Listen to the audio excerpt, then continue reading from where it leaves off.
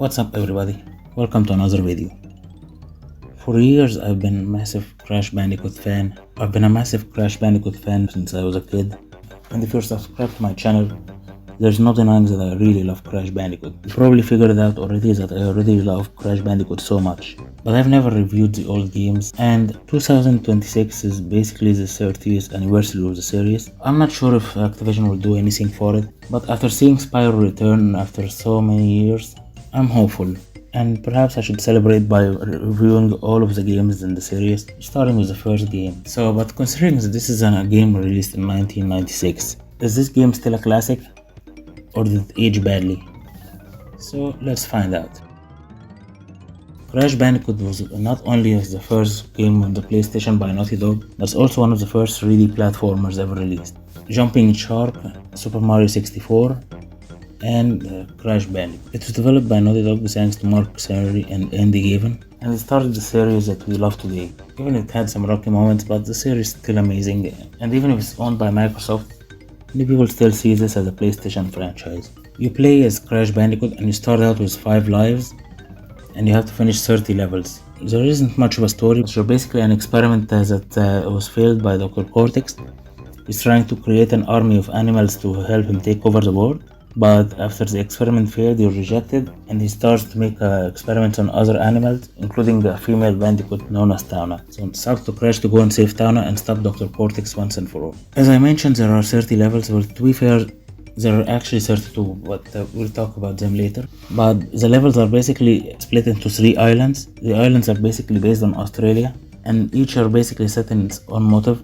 Like for example, the first island is based on the beach, the second island is in ancient ruins, and the third island is basically labs. And honestly, every single level here looks amazing and it's good to look at.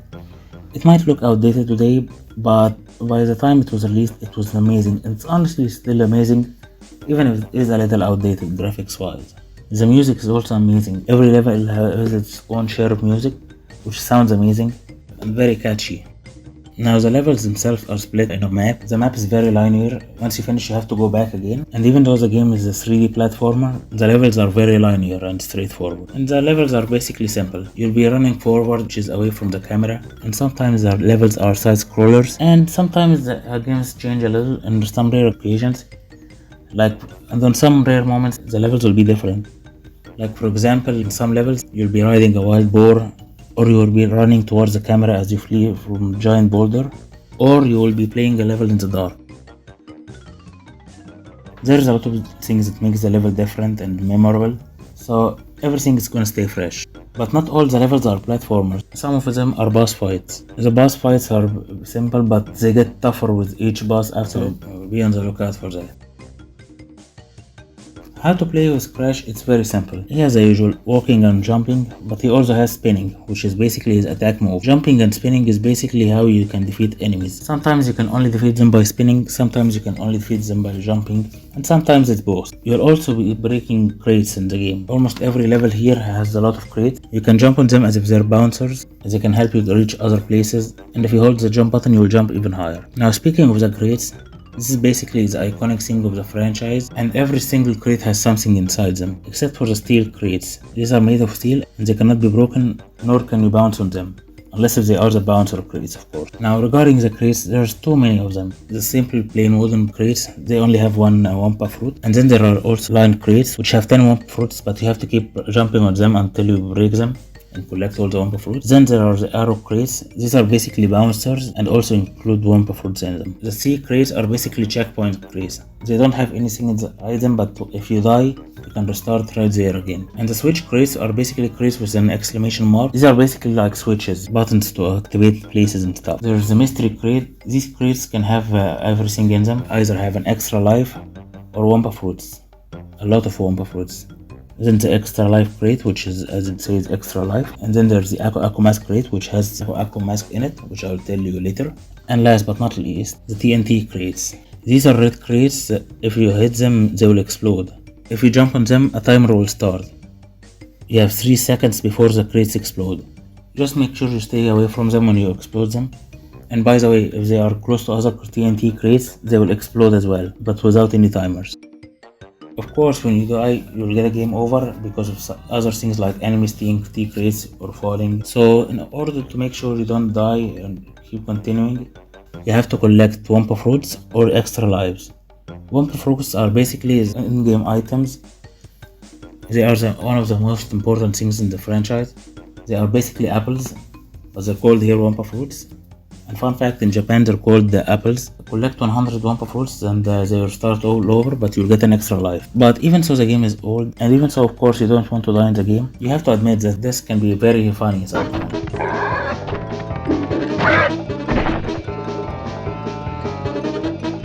Now, what do you want to do if you don't want to die? Besides the Wumpa fruits and extra lives, of course, you have the Ako mask. It's a witch doctor mask. He will be stuck in the crates, sometimes alone without crates. Once you break them, he will follow you. He'll keep following you. If you have one Ako mask, he will protect you from anything, as long as you can get hit once without dying. However, if you have two Ako masks, he looks golden, and now you can get hit twice without dying. But when you pick the third Ako mask, this is where things get really interesting. Ako will protect you from any damage for a short period of time, and basically whenever someone touches you, you'll kill them, and you can also break crates this way.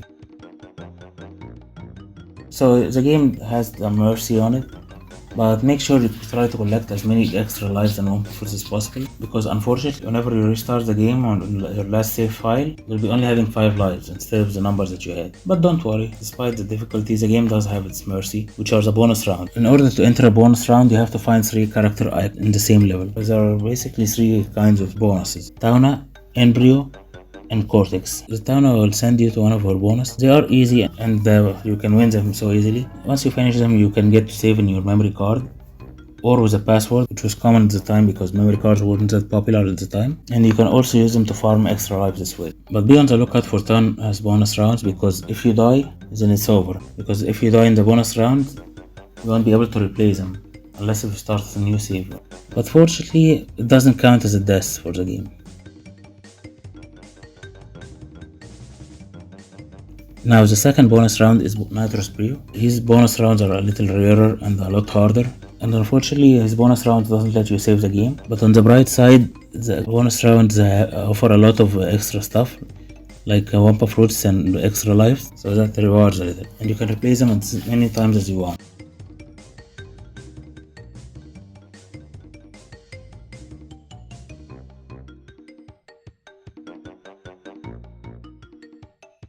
And now the third bonus round is the Cortex one, and they're different. There are literally only 2 bonus rounds in the game based on Cortex, and they are extremely hard, and they don't really have that much goodies. But however, once you finish these bonus rounds, you will be rewarded with keys. Remember when I said there are 32 levels?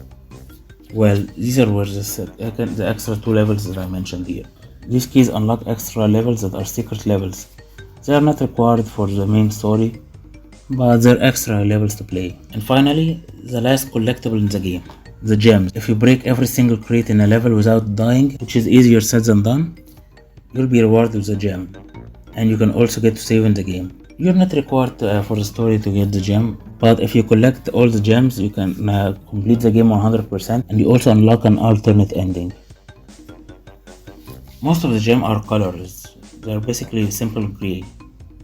But there are 6 gems in the game that have colors, and they will unlock secret passes in some levels. These secret passes are sometimes required in order to break every single crate.